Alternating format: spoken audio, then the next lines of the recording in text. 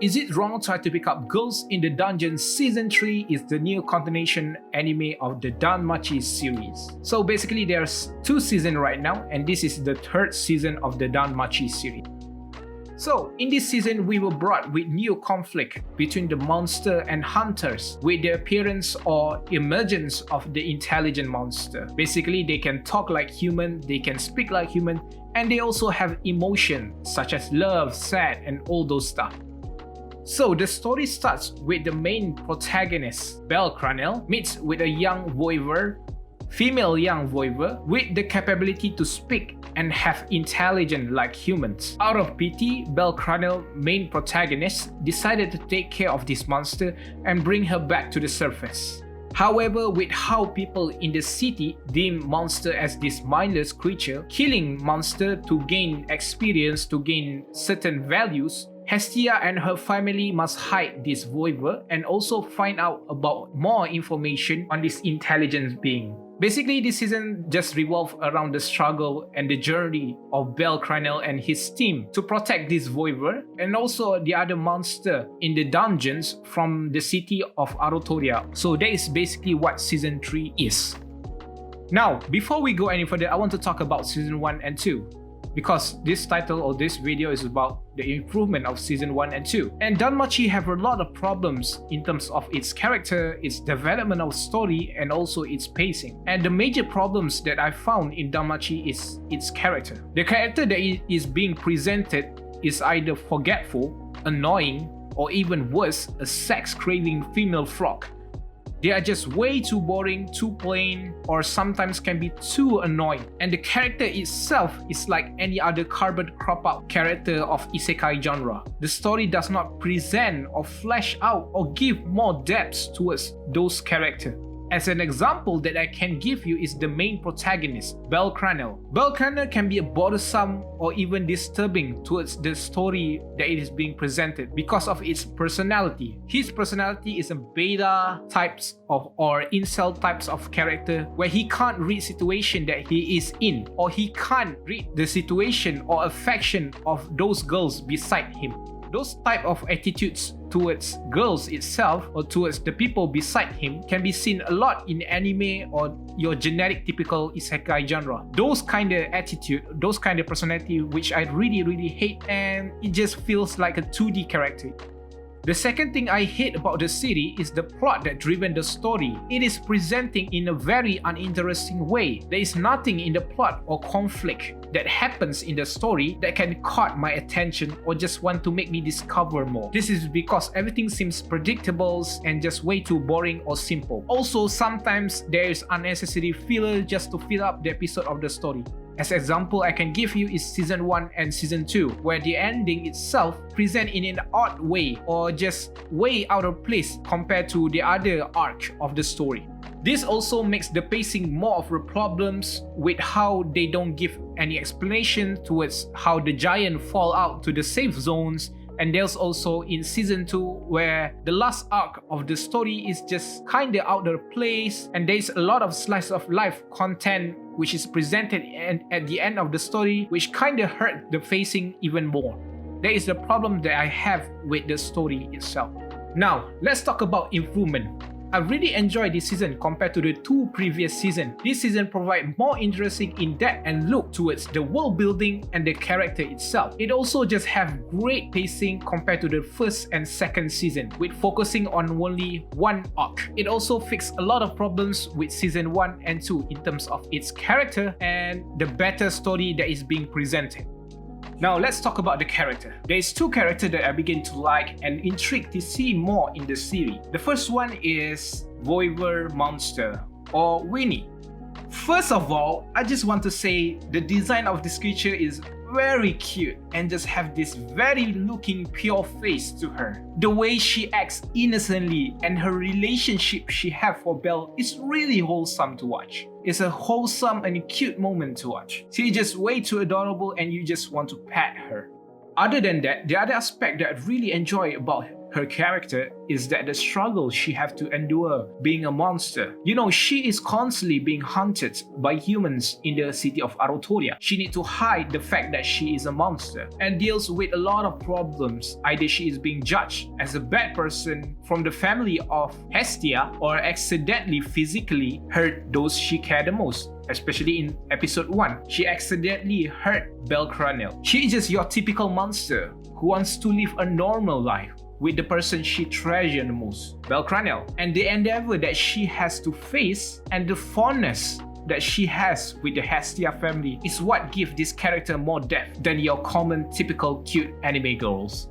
And in episode 11, it shows that Winnie itself has emotion, same to the human being. She is someone who sacrificed herself for the sake of the people she cares about, which is Cranel. And in fact, in extreme cases, she ripped out her wings, her claw, to show that she doesn't want to become a monster. She doesn't want to hurt anybody people. That's what the character is for Winnie, which is really amazing to watch. The author did a really good job of giving the viewer the reason to sympathize or care about her character. So Winnie is one of the best characters in this season.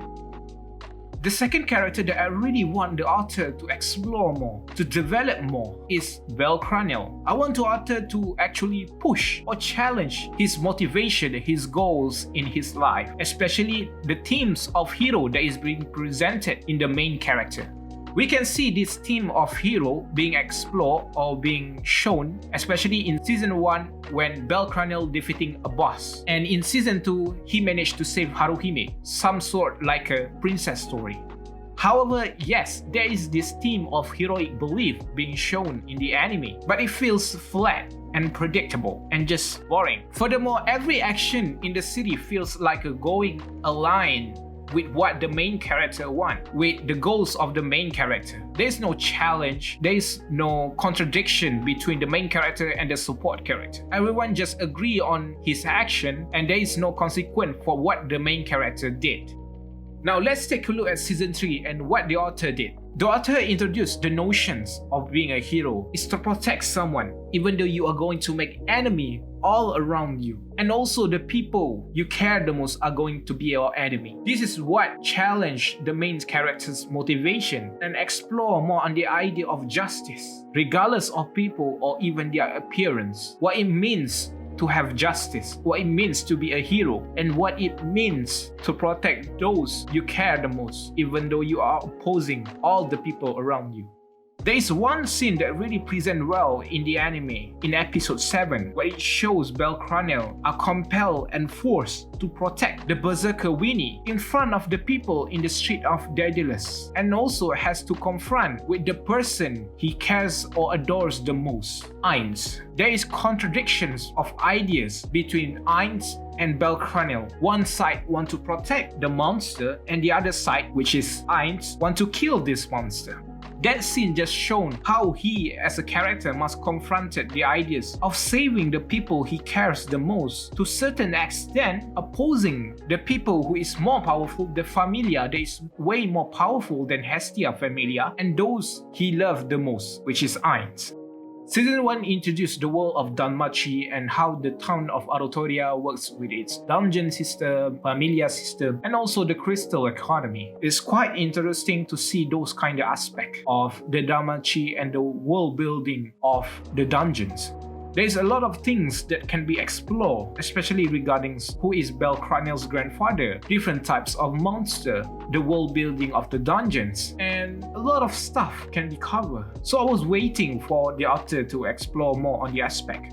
But in season 2, we only got about Ishtar family, Apollo family, about the tournaments, and some sort of the final boss of the series. There's not much to see in season 2 in terms of the developments of the world, the lore that is being presented. And the plot sometimes can be a filler, especially with dealing in the arc 1 in season 2, dealing with the Apollo family. Season 3 presents a more deep lore with explanation, a lot of things regarding the dungeons, the monster, world and also the people who built the dungeon, which keeps me intrigued, wanting to see more on those kind of aspects. We got to see a new creature called Xenos, the intelligence monster, and how that changed the nature between adventurers and monster. We also got introduced to the lore behind Daedalus, the Street of Daedalus, and its creation of the dungeons, which connected to the main dungeon. There's also dealing with the Uranos family and all sort of stuff. So there is a lot of aspect that deepens the history and the world building of the dungeons and city of Arutoria. Those interesting plots and premise keeps me engaging, and I want to see more on those aspects.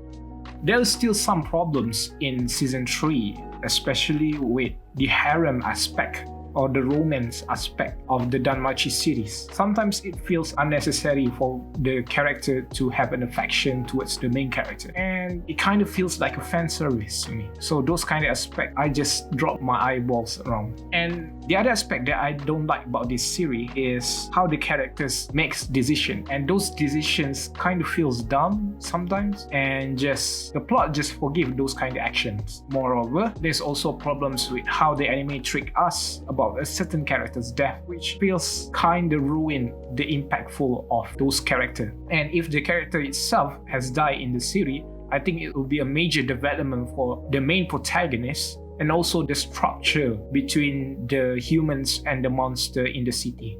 But this season is really fun to watch and keep me intrigued to actually consume this series every week. And I really recommend for people who have watched season 1 and 2 to give a chance to give another shot for this series. For those who haven't watched season 1 and 2, it's quite hard to give a recommendation because season 1 and 2 is kind of meh. But if you have watched season 1 and 2, go try this series. I really recommend it. There's a major improvement in the series itself.